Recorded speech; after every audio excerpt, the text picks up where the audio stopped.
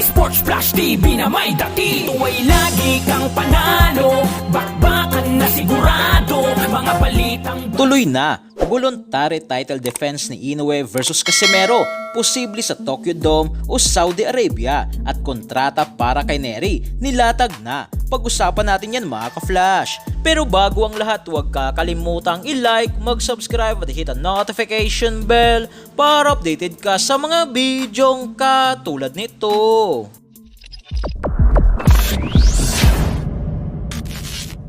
100% na nga pong matutuloy ang bakbakang two-time undisputed Super Bantamweight Champion Naoya the Monster Inoue versus WBC Mandatory Challenger Luis Pantera Nery sa buwan ng Mayo taong 2024. Ito nga po ang ibinahagi sa atin ni Nery sa kanyang official Twitter account. Dagdag niya pa dito, the official announcement is coming soon. I have the contract in my hands. Nagpapakita lang ito mga ka-flash na perma na lang ni Nery ang kulang at official nang i-aanunsyo ang nasabing title defense ni Inoue sa 2024. So kung may magandang balita nga po mga ka-flash para kay Nery ay hindi naman dito magpapatalo ang ating former 3 Division World Champion, angas ng Pinas General Cuadro Alas Casimero, kung saan official na nga pong sinabi mismo ni Naoya Inoue ang unfinished business nila ni Casimero noong taong 2020 na nakansela lamang dahil sa umatras si Naoya Inoue. Nagaganapin sana ang nasabing laban sa Las Vegas. Tatawagin nga po mga ka-flash na voluntary title defense ang bakbakang Naoya Inoue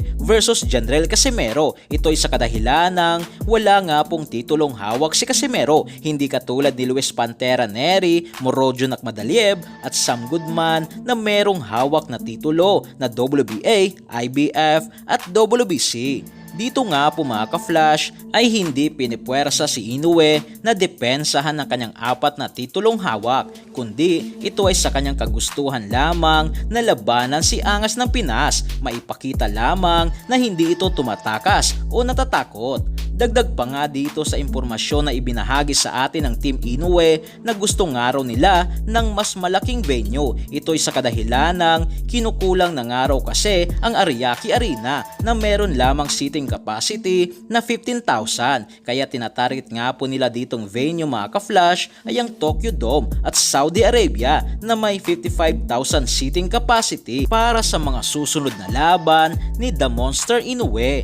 Kaya para na lang dito mga ka-flash, kay Casimero ay kailangan na lang talaga nito ng laban at magpakondisyon ng husto bilang paghahanda sa laban versus Inoue na hindi na nito kailangan pang maging mandatory challenger. Para naman kay Inoue, para matuloy ang Casimero versus Inoue sa 2024 ay kailangan din itong manalo versus Luis Nery at Morojo Nakmadaliev. So yan lang para sa ating balitang boxing. Ano bang masasabi nyo tungkol dito?